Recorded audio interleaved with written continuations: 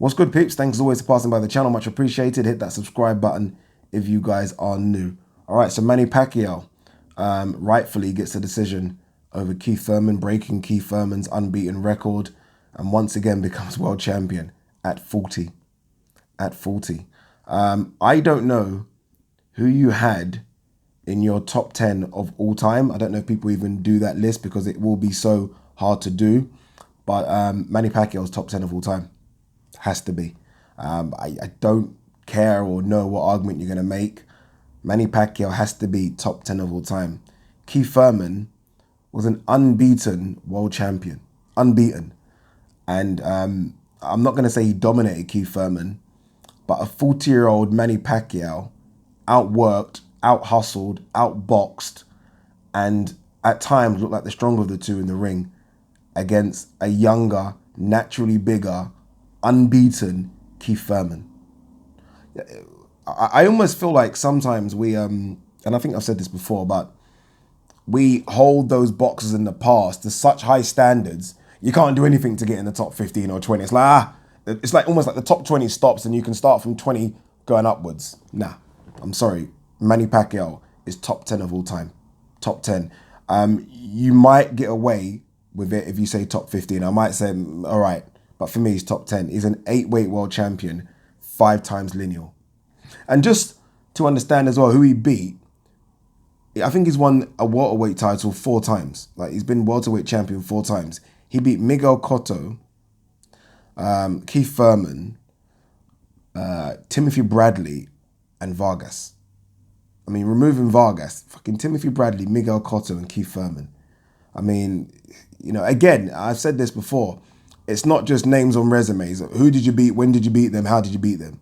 Manny Pacquiao is brilliant. The only thing that's missing is that doesn't have that killer instinct anymore. Now, when he put Keith Thurman down, the old Manny Pacquiao would have just destroyed him. You know what's crazy? Manny Pacquiao is 40 years old. Imagine what the 30-year-old Manny Pacquiao would have done to Keith Thurman. Imagine what the 30-year-old Manny Pacquiao will do to all of these welterweights. All of them. All of them. Errol Spence included. The Manny Pacquiao that fought and destroyed my Miguel Cotto, Ricky Hatton. That Manny Pacquiao, Margarito. Look how he fucked up Margarito. Do you remember that fight? This is a 40-year-old Manny Pacquiao doing that to Keith Thurman.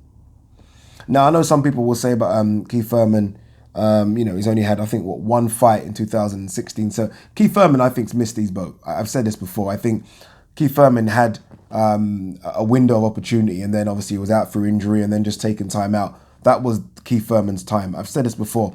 Not everyone can go on and be at your peak or your best for 10 years. It's just not possible. Only the greats can do that.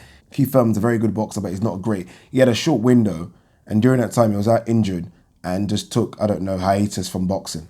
But it was a good performance from both. I'm not dissing Keith Thurman, but this is more just waxing lyrical about Manny Pacquiao. It's incredible. It's unbelievable. I really, really hope, and I don't think he will, but I really hope he fights the winner of Sean Porter versus Errol Spence. I do. I do, because if he beats, and this is all ifs and buts, you know me, I like to dream a bit. If he can take some time off and then fight the winner of those two next year and win, and people will say he won't, but if he can beat Errol Spence, because I think Errol Spence will beat Sean Porter. I mean, we I don't want to get excited, but we might be talking top 7, top 6. What do you guys think? Top 6, top 7, he has to be.